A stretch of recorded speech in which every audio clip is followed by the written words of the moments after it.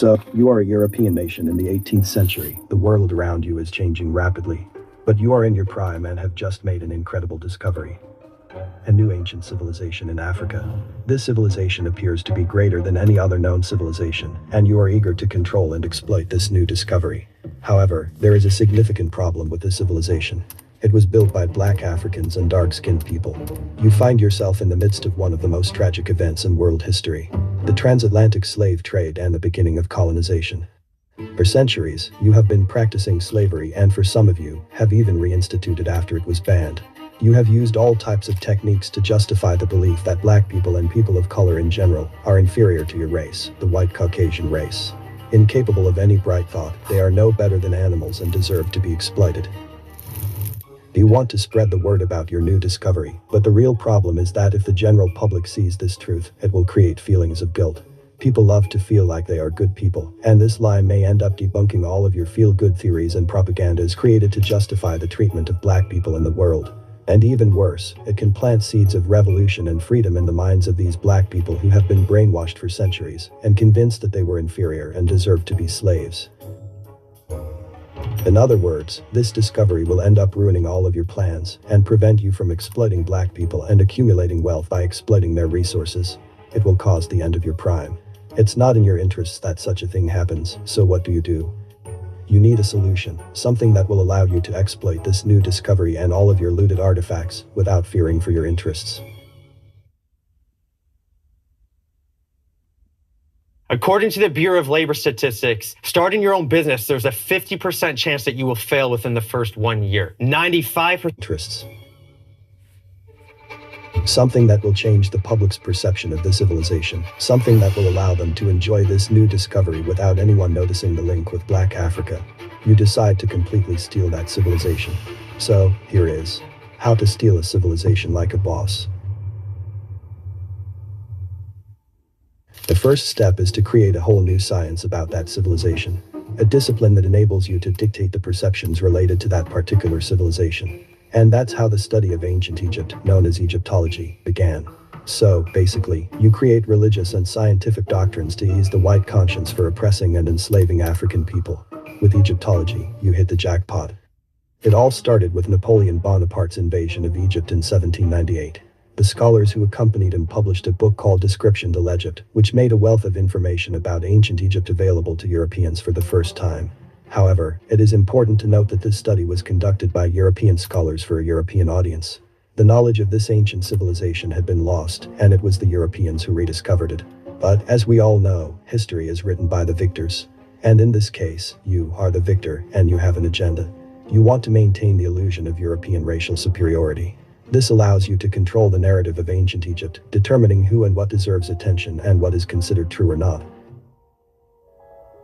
Many of the early archaeologists came to the study of ancient Egypt and ancient Nubia from the perspective of Semitic languages or the study of the Hebrew Bible, and it was very important to them to bring Egypt specifically into the sphere of biblical studies. And so they had to carve Egypt away from Africa to bring it into that sphere. And the way that they did that was they used race. So these early archaeologists effectively made ancient Egypt white in the sense that they made it part of a dominant Western culture, and ancient Nubia was separated from that. It was black.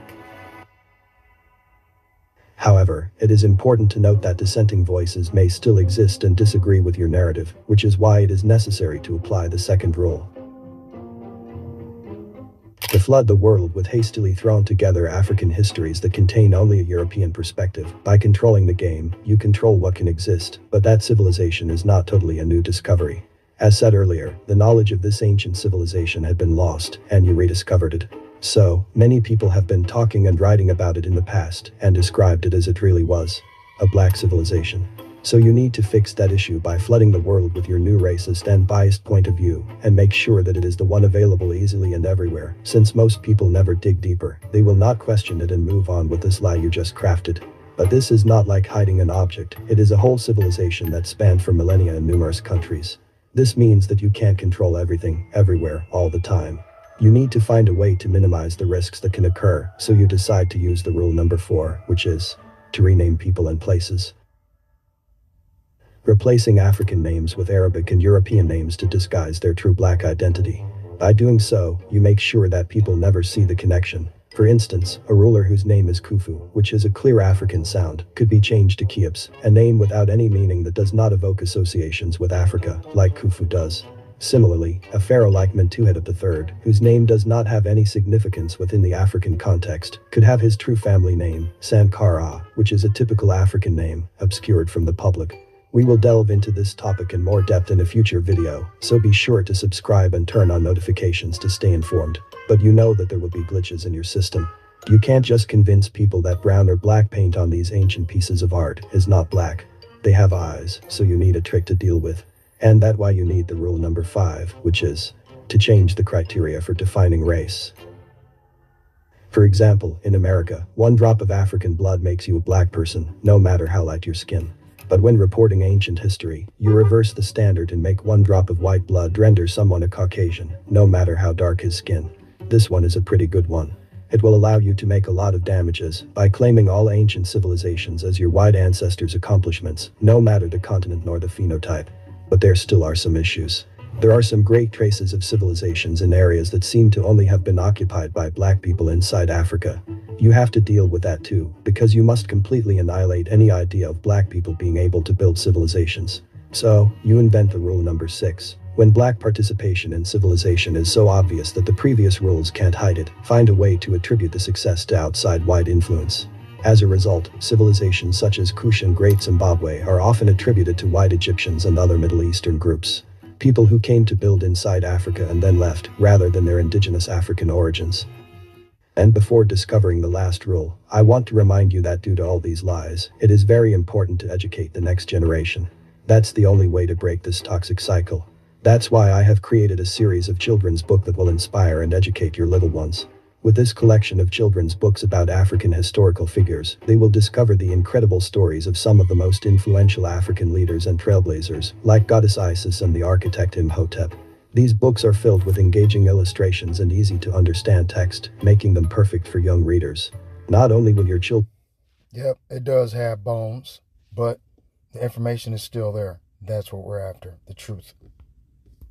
Learn about these important figures and their impact on history, but they will also gain a greater understanding and appreciation for the rich and diverse culture of Africa. Order now on mrimhotep.org/books. By getting them, you also support the channel and allow me to improve the quality of my content. Use the 7th rule, which is to discredit them. Claim that they were not always accurate, regardless of their prestige, and that they specifically lied about Africa, but their positive observations about Europe must always be considered true. And this, my friends, is how you steal a civilization like a boss. If you follow these rules, you will have 99% chances of success. Now, some people may say that this is all just a hypothesis, that secret meetings of Egyptologists and other ideologists or politicians couldn't have happened to make something like this. But let's not forget the Berlin Conference, where European nations decided the fate of an entire continent without them knowing or even consenting. New countries were created, new racial theories were forced upon innocent people, and lives were destroyed. So, it's not hard to believe that the same thing could have happened in the world of Egyptology. Have you ever encountered any of these rules while talking about ancient history? Let me know in the comments section below. If like that the same thing could have happened in the world of Egypt. See that? That is the actual depiction of what King James of the Holy Bible, the King James Version Bible, that's him. That's him. King James of the Holy Bible. That's him. That's him right there. You see him? Alrighty. Have you ever encountered any of these rules while talking about ancient history? Let me know in the comments section below. If like me you are someone who has studied African history, you must have encountered at least one of these rules on your way. This list has been established by Chancellor Williams, an African-American scholar who discovered it through his journey. In his book The Destruction of Black Civilization, written in 1971-1974, Chancellor Williams explains how Africa went from being the world's leader to its current situation. He shares facts that are usually hidden. I highly recommend you to read his book. It is sad to see that today in the 2020s we are still experiencing it. It's frustrating to say the least when people hide behind these mind walls and refuse to believe the facts. But that's why we're here, to shed light on the truth and give a voice to the marginalized. Thanks for watching Mr. Imhotep channel, and don't forget to share the message and hit the like and subscribe buttons for more content like this.